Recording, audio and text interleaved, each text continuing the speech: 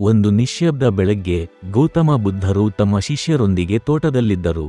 ಗಾಳಿಯಲ್ಲಿ ಶಾಂತಿ ತುಂಬಿತ್ತು, ಪಕ್ಷಿಗಳ ಚಿರುಚಿರು ಧ್ವನಿಯಷ್ಟೇ ಕೇಳುತ್ತಿತ್ತು.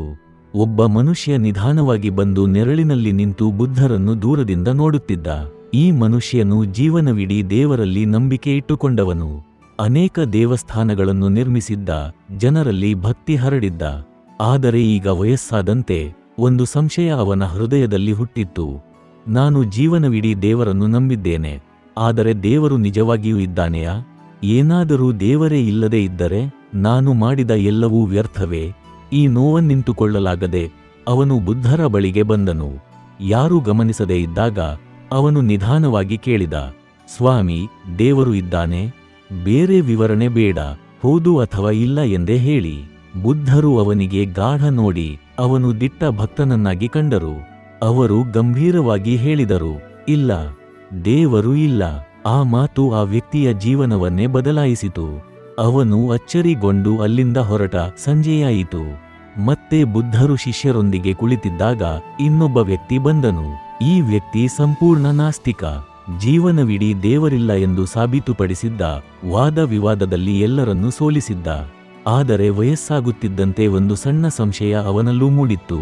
ಏನಾದರೂ ನಾನು ತಪ್ಪಿದ್ದರೆ? ದೇವರು ಇದ್ದರೆ? ಅವನು ಅದೇ ಪ್ರಶ್ನೆಯನ್ನು ಕೇಳಿದ. ಸ್ವಾಮಿ, ದೇವರು ಇದ್ದಾನೆ? ಬುದ್ಧರು ಅವನ ಮನಸ್ಸನ್ನು ಅರಿತು ಅವನಿಗೆ ಹೇಳಿದರು, ಹೌದು, ದೇವರು ಇದ್ದಾನೆ. ಇವನಿಗೂ ಆಘಾತ. ಅವನು ಕೂಡ ಸಂಶಯಗಳಿಂದ ತುಂಬಿಕೊಂಡು ಅಲ್ಲಿಂದ ಹೊರಟನು.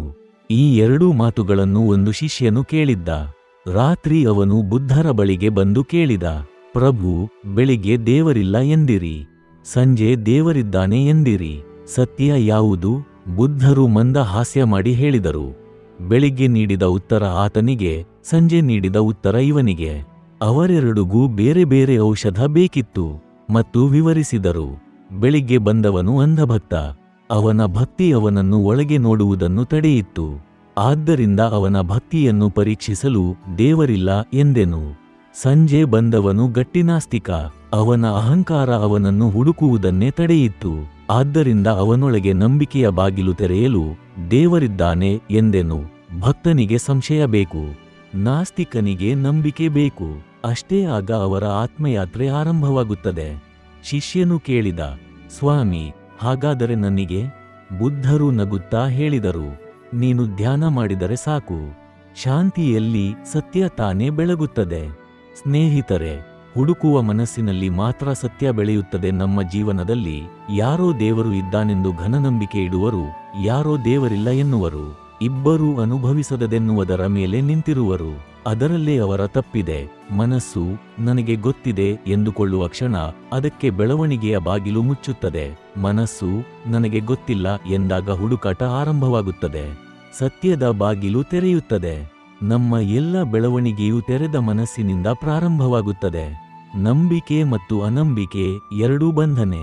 ಪ್ರಶ್ನಿಸುವ ಮನಸ್ಸು, ಹುಡುಕುವ ಮನಸ್ಸು ನಮ್ಮನ್ನು ಸತ್ಯದ ಕಡೆ ಕರೆದೊಯ್ಯುತ್ತದೆ.